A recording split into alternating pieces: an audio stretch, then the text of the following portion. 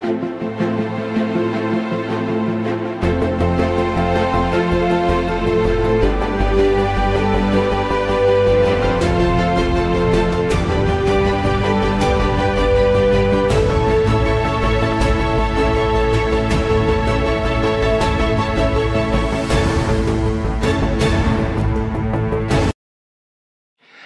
araw po mga kabarangay. Welcome to this week's Kapitan's Report.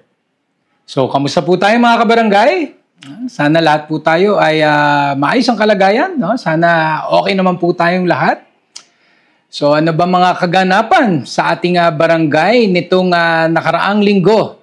So, unang-una dyan, syempre, ang aming pagpapasalamat sa pagpasyal sa ating barangay ng City Health Office Representatives ng Calamba City LGU. So kamakailan ay pumasyal sila sa Barangay San Antonio upang mag-benchmarking, partikular sa ating mga health and nutrition programs and best practices. No? So syempre, pagdating nila dito ay pinasyal natin sila sa ating health center, sa ating lactating room. Actually, doon sila very impressed sa ating breastfeeding corner or breastfeeding room. At sabi nga nila, para sa isang barangay ay napakaganda at very extensive ang nilalaman ng ating lactating room. At syempre, nagkaroon din tayo ng talakayan patungkol sa iba't ibang mga programa natin, mga best practices natin.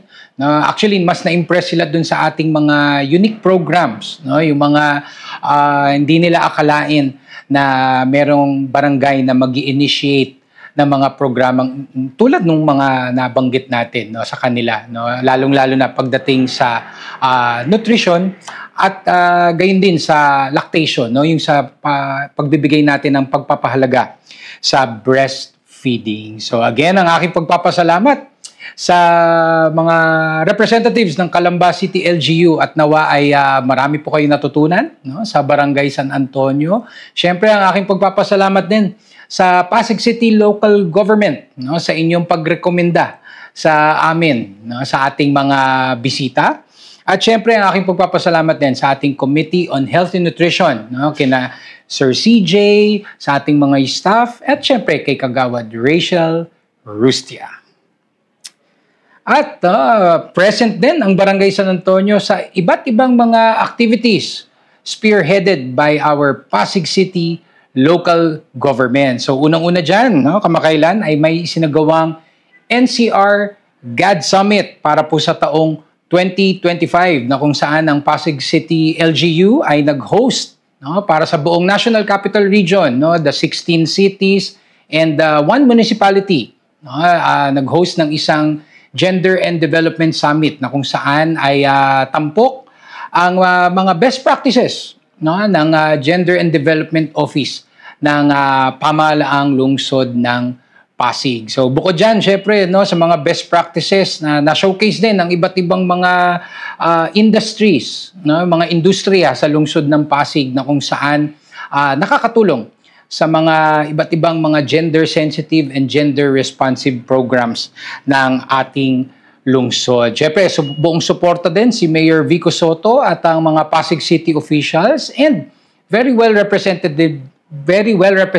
din po ang ating 30 barangays ng lungsod ng Pasig. So again, ang aking pagbati sa ating Pasig City GAD Office led by Sir Ray. Congratulations for a very successful hosting ng NCR GAD Summit 2025 at makakaasa po kayo na ang Barangay San Antonio ay patuloy na makikiisa sa ating adhikain na maging gender-responsive city.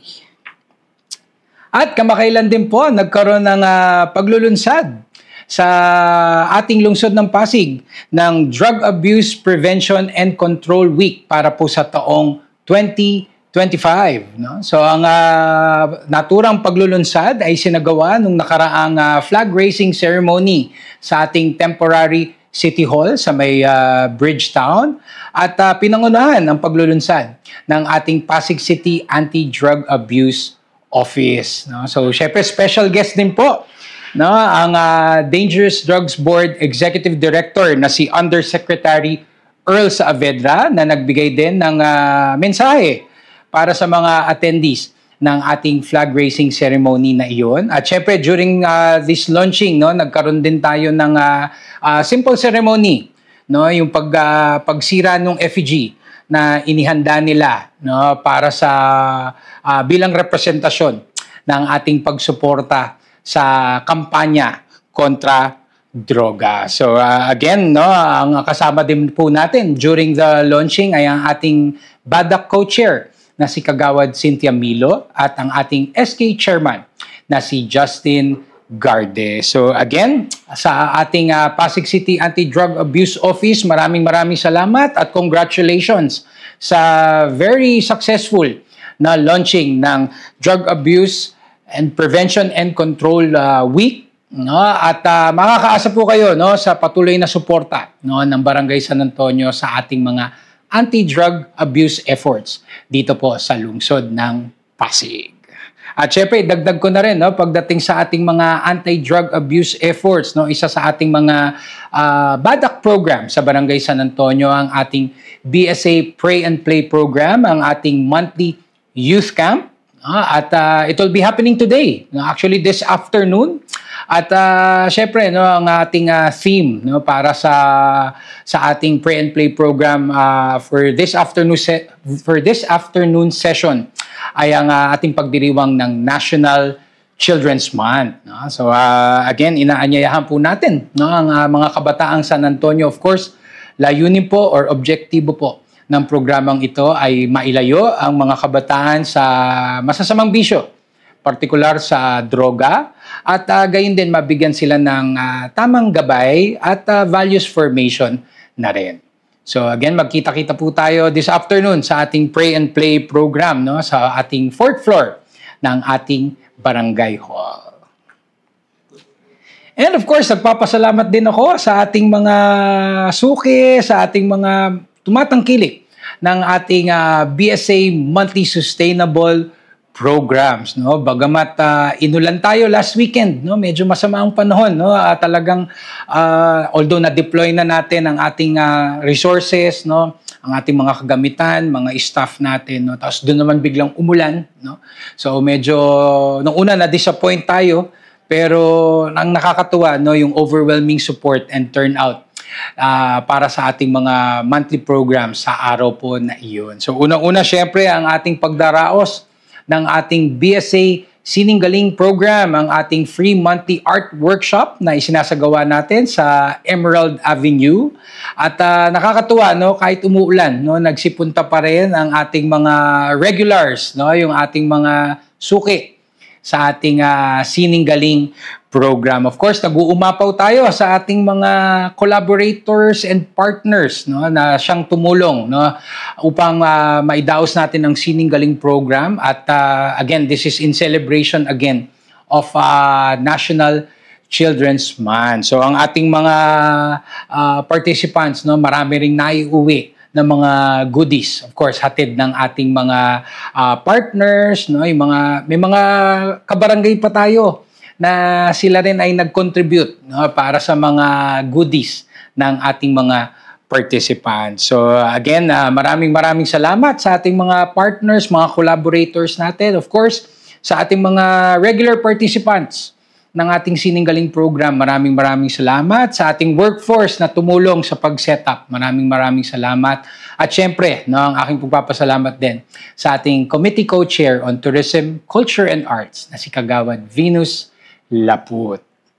At syempre, hindi rin nagpahuli ang ating Basura to Ayuda program, ang ating Bayanihan Waste Management program sa Barangay San Antonio. At kitang-kita namin, no, kahit umuulan, no, patuloy ang pagdating ng ating mga kabarangay, no, na nagdadala ng mga recyclable waste, no.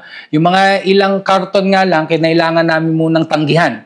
Gawa nga ng umuulan, no, masisira rin, no. So sabi namin pwede naman namin kunin sa ibang araw, no, para hindi naman masira ang mga karton, pero yung mga ibang recyclable waste ay na-turn over naman ng ating mga kabarangay. At syempre, higit kumulang, no, 1,100 kilos of assorted recyclable wastes ang ating nakolekta ng araw po na iyon. So again, ako ay nagpapasalamat sa ating buong workforce, sa ating Committee on Clean and Green. Maraming salamat, of course, led by Kagawad Justin Galang. At syempre, dagdag ko na rin na ang ating, these will be the last schedules for the year 2025 ng ating Basura to Ayuda at gayon din ng ating Sininggaling program. So we will resume our monthly sustainable programs by January 2026. At syempre, dagdag ko na rin, i-segue ko na rin itong ating environmental initiatives dito sa barangay. Kamakailan ay nagkaroon tayo ng bagong kolaborasyon with Coca-Cola.